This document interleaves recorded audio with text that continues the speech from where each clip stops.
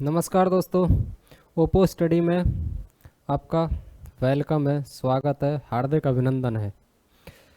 पहली क्लास में मैंने आपको बताया था बेसिक काउंटिंग ऑफ फिगर का बिल्कुल बेसिक बताया था मैंने आपको पहली क्लास में। और अब मैं ये दूसरा लेकर के आया हूँ। देखो, मैंने आपसे कहा था, पहले ही बोला था मैंने आपसे कि आप लेवल की चिंता बिल्कुल मत करना। लेवल में इतना बढ़ा दूंगा कि आपका सर चकराने लगेगा। धीरे धीरे करके मैं बढ़ा रहा हूँ। देखो, इसका प्रॉपर रीज़न है भाई। आप लोग ठीक हैं, अच्छे हैं, पढ़ने में बहुत होशियार हैं, चैंपियन हैं, मैं मानता हूँ इस बात को।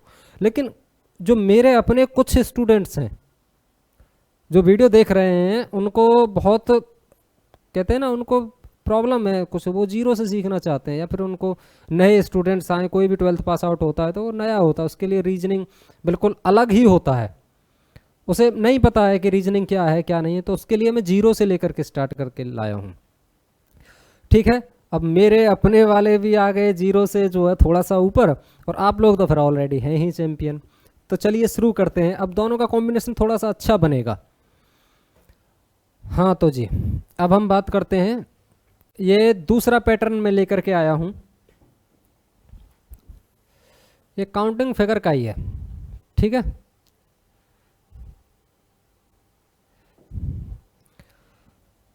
पहले मैंने आपको बताया था कि ट्रेंगल किसी भी फिगर में, अब जैसे कि उसमें क्वेश्चन पूछा था उसने कि दिए गए फिगर में कितने ट्रेंगल हैं। क्वेश्चन सेम है, बिल्कुल क्वेश्चन सेम है। इसमें भी वो बिल्कुल एग्जैक्टली ऐसे ही पूछेगा कि दिए गए फिगर में, दिए गए चित्र में कितने त्रिभुज हैं। पहले भी ऐसे ही क्वेश्चन था और अब भी ऐसा ही क्वेश्चन है। फर्क सिर्फ इतना है कि पहले थोड़ा आसान था, अब थोड़ा हार्ड है। देखो, मैं आपको एक चीज़ समझाना चाहता हूँ कि अब तक लाखों स्टूडेंट्स को ये पता है कि पेपर में जो क्वेश्चंस होता है कुछ आसान आते हैं और कुछ क्वेश्चंस हार्ड आते हैं, लेकिन एग्जैक्टली ये किसी को नहीं पता है कि क्यों आते हैं। मैं आपको ये भी जवाब देता हूँ कि क्यों आते हैं, आसान क्यों आते हैं और हार्ड क्यों आते हैं। देखिए, अब जैसे रीजनिंग है, रीजनिंग में आपके ये रीजनिंग में आपके किसी भी एग्जाम को आप उठा लीजिए, उसमें क्वेश्चंस पूछे जाएंगे 25, 40, 50, या फिर मतलब मोस्टली यही कॉन्सेप्ट रहता है। किसी एग्जाम में 25 पूछ लिए जाते हैं, किसी एग्जाम में 40 पूछ लिए जाते हैं, किसी एग्जाम में 50 पूछ लिए जाते हैं। लेकिन 40 क्वेश्चन से या 20 क्वेश्चन से या 50 क्वेश्चन से पूरी रीजनिंग का सिलेबस खत्म नहीं हो जाता। और जबकि आप सिलेबस उठा करके देखते हैं तो सिलेबस में इतने, इससे तो इतने तो चैप्टर होते हैं, बताओ तुम। तो फिर अब ये जो एग्जामिनर है वो चेक आखिरकार मतलब क्वेश्चंस देते कैसे हैं भाई। जितने चैप्टर हैं उससे ज़्यादा तो, जितने रीजनिंग में चैप्टर हैं उतने तो क्वेश्चंस भी नहीं आ रहे हैं। तो फिर वो क्या फॉर्मेट क्या होता है उनका, चलो मैं आपको अब बताता हूँ, आज बताता हूँ। एक टीसीएस कंपनी है, उसमें क्या होता है कि आईआईटीएन जो है, वहाँ के टीसीएस के आईआईटीएन, टीसीएस एग्जाम कंडक्ट कराती है, उन्हीं को टेंडर मिलता है पेपर बनाने का, टीसीएस को, रेलवे का। ठीक है जी, तो उनका जो है काम क्या होता है, उनका काम ये होता है कि क्वेश्चंस देते हैं वो एक, और एक क्वेश्चंस में वो 4 क्वेश्चंस की नॉलेज टेस्ट कर लेते हैं। वो कैसे? क्वेश्चंस एक दे दिया, एक क्वेश्चंस में उन्होंने 4 क्वेश्चंस की नॉलेज टेस्ट कर ली। कैसे, हाउ? चलो तो मैं आपको स्टार्टिंग से बताता हूं। सबसे पहले मैंने आपको सिखाया था कि ये एक ट्रायंगल है और इस ट्रायंगल में ये एक फिगर है और इस फिगर में कितने त्रिभुज हैं। ठीक है, अगर वो लोग चाहें तो इस क्वेश्चन को भी रख सकते हैं पेपर में, लेकिन प्रॉब्लम हो जाएगी अगर ऐसा क्वेश्चन उन्होंने, रखते भी हैं, ऐसा नहीं कि रखते ही नहीं है, रखते भी हैं, लेकिन अगर ये क्वेश्चन वो एग्जाम में रखते हैं तो फिर इससे जो है सिर्फ और सिर्फ एक ही क्वेश्चन की नॉलेज टेस्ट होगी, इसके अलावा वो कुछ नहीं कर पाएंगे।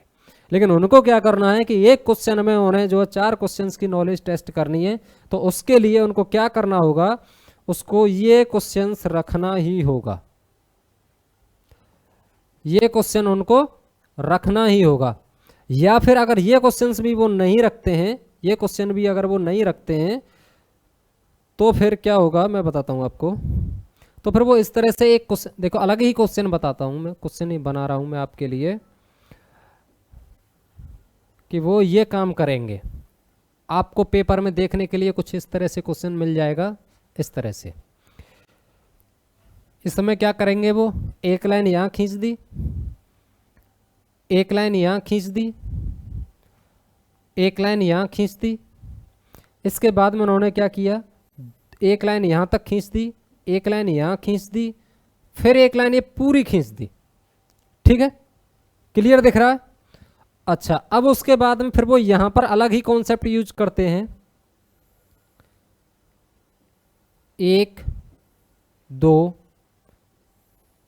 यहां पर फिर ये पूरा एक ही, यहां पर एक ही जो लाइन रहेगी, उसके बाद में 2 लाइन वो यहां पर खींच देंगे।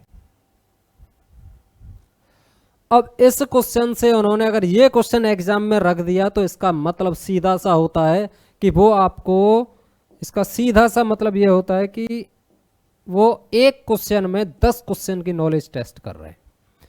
और ये क्वेश्चन वो कभी भी रेलवे में नहीं रखेंगे, क्योंकि रेलवे में जो है इस लेवल का क्वेश्चन वो रख ही नहीं सकते, क्योंकि रेलवे जो है वो कोई जो है इतना, मोस्टली ज़्यादातर इस तरह के क्वेश्चन सी सेट में रखे जाते हैं, यूपीएससी के सी सेट में।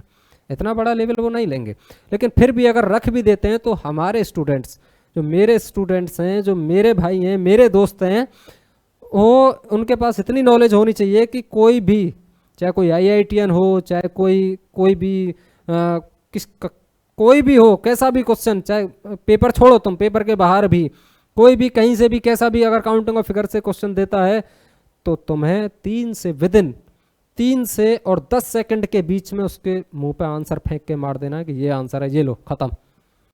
ठीक है, यहां तक क्लियर है सब? चलिए अब हम अपने उस पर चलते हैं कि धीरे धीरे धीरे धीरे करके हम सीढ़ियां चढ़ते जाएंगे और एक दिन वो आएगा पता भी नहीं चलेगा और सिलेक्शन हो जाएगा। समझ रहे हैं? सिलेक्शन तक की गारंटी है मेरे दोस्त, बस पढ़ते जाओ धीरे धीरे कछुआ वाली चाल से, बस तुम पढ़ते जाओ। हाँ,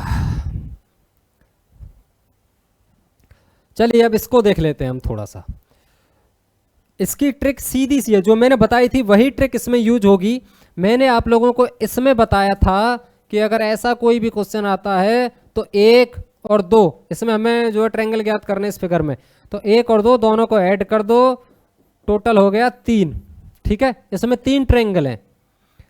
अब हम बिल्कुल ठीक ऐसे ही इसको देखते हैं। इसमें क्या करेंगे, यही ट्रिक यूज करनी है, इसके अलावा कुछ यूज नहीं करना है। 1 2 3 ऐड करो, ऐड करके आ गया हमारा 6। ठीक है, अब हम देख लेते हैं कि इसमें जो है ये हॉरिजॉन्टल लाइन कितनी है, क्षैतिज रेखा कितनी है, नीचे वाली लाइन, ये लाइन कितनी है। अगर यहाँ पर और होती तो इन सभी को काउंट करते, लेकिन है नहीं ना, फिलहाल 2 ही हैं। ठीक है, तो इन 2 को काउंट करेंगे और इन 2 जितनी लाइन होंगी उसका सीधा सा मल्टीप्लाई बाई 6 में और खत्म खेल। 6 × 2 = 12 answer. With in 3 to 4 second answer खत्म। समझ में आ गया? बिल्कुल बिल्कुल 0 से लेके चल रहा हूं। और आप ऐसे भी कर सकते हैं कि इनको अलग काउंट कर लो, ये आ गया 6, दोनों को 6 और 6 ऐड कर दो, टोटल आंसर आ जाएगा आपका 12। लेकिन अगर आप उससे भी पहले और कम समय में खत्म करना चाहते हैं, लेकिन ध्यान रखना, इस एक बात का ध्यान रखना कि ये जो लाइन है ये पूरी होनी चाहिए। अगर ऐसे हुआ ना, ऐसे हुई और आपने जो मल्टीप्लाई कर दिया तो प्रॉब्लम हो जाएगी, क्वेश्चन गलत हो जाएगा। ठीक है, क्वेश्चन को ध्यान से देखना है, ध्यान से समझना है, और उसके बाद में ज्यादा नहीं, 10 सेकंड में खेल खत्म। 10 सेकंड में क्वेश्चन का आंसर आपके आंखों के सामने होगा। और बहुत से क्वेश्चंस तो ऐसे, अभी मैं ऑप्शन नहीं दे रहा हूं, ऑप्शन भी दूंगा, ऑप्शन से भी क्वेश्चन को खत्म करेंगे हम इतने कम समय में कि बस ये समझ लो पेपर में बैठे और 10 मिनट में पूरी रीजनिंग खत्म। चाहे 30 क्वेश्चन हो, चाहे 40 क्वेश्चन हो, चाहे 50 क्वेश्चन हो, कोई फर्क नहीं पड़ता। इतनी हाई स्पीड बढ़ा दूंगा कि आप सोचने पर मजबूर हो जाएंगे कि रीजनिंग हो तो राधे सर है जिंदाबाद। ठीक है, चलिए यहां तक बिल्कुल क्लियर है सबका? All clear? Okay, done. All clear. चलिए अब हम दूसरा क्वेश्चन ये उठाते हैं यहां से, ये वाला सेम पैटर्न है, उसमें 2 क्षैतिज लाइन थी, इसमें 3 है। उसमें कितनी थी? उसमें थी 2 लाइन, और इसमें कितनी है? 3 लाइन। एक मिनट, ये देखो 1 2 और 1 3, ठीक है। इसमें 3 है तो मल्टीप्लाई कितना कितने का होगा? 3 का होगा। तो इनको पहले काउंट कर लेते हैं, 1 2 3 4, कितना हो गया? 10, ठीक है। 4 और 3 7 और 2 9 और 1 10। अब या तो सीधा सा तुम इसमें जो है ये इन लाइनों को काउंट कर लो, 1 2 और 1 3, ये 3 है, 1 2 और 1 3, 3 लाइन है। या तो सीधा मल्टीप्लाई बाय 3 का कर दो, आंसर आ गया आपका 30, बात खत्म। अगर ऐसे भी नहीं करना हो तो इनको अलग अलग काउंट कर लो, 1 2 3 4, ये कितने हो गए? 10, 1 2 3 4, ये कितने हो गए? 10 10 20 और 10 30, दैट्स इट। बहुत सिंपल है यार, टेंशन मत लो, हवा में हवा में हवा में उड़ाना सिखा दूंगा, हवा में, ठीक है। अब हम बात करते हैं इस ट्रायंगल की। हाँ, इस ट्रायंगल में क्या करना है हमको? उसमें कितनी लाइनें थी? 3, और इसमें कितनी लाइन है? 4, ठीक है। अब इन चारों लाइनों का मल्टीप्लाई हमें किससे करना है? पहले तो ये देख लो, 1 1 2 3, कितना हो गया? 3 और 2 5 और 1 6। या तो आप 6 मल्टीप्लाई सीधा 4 कर दो, 24 आंसर आ गया। 1 सेकंड लगा है? नहीं लगा, देखते ही क्वेश्चन खत्म।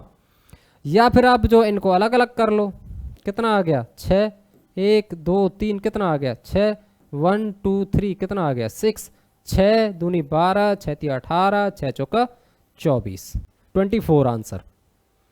बहुत ईजी है यार, बहुत ही ज़्यादा सिंपल, चिंता मत करो। देखो मेरा मेन पर्पज है रेलवे की वैकेंसी, रेलवे के एडमिट कार्ड जो पुराने 2019 में ही थे शायद, जो भरे गए थे, फॉर्म फिलअप हुए थे 2019 में, उसके एडमिट कार्ड कुछ ही समय में आने वाले हैं। कुछ जगह आंदोलन भी चल रहे हैं इस चीज़ के लिए, कुछ जगह जो वो सब हो रहा है, तो कुछ दिनों में रेलवे की तरफ से एडमिट कार्ड जारी किए जाएंगे। और 1 करोड़ से भी ज़्यादा लोगों ने रेलवे में फॉर्म भरा है। तो मेरा ये मानना है कि जब तक रेलवे के एडमिट कार्ड तुम्हारे हाथ में हो, उससे पहले मैथ, रीजनिंग, साइंस और जीएसजी के, तो भाई ऐसा ही है, मेरा भी ठीक नहीं है, तो मैं क्लियर बता रहा हूँ, जीएसजी के की कोई गारंटी नहीं है।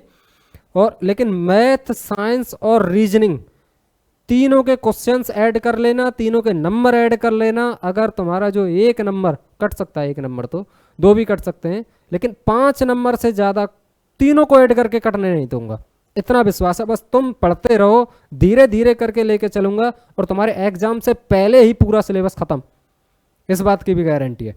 एग्जाम आने से पहले चाहे मुझे दिन रात 10-10 वीडियो एक दिन में अपलोड करनी पड़े, कोई फर्क नहीं पड़ता, लेकिन रेलवे अब की बार रेलवे पार ठीक है।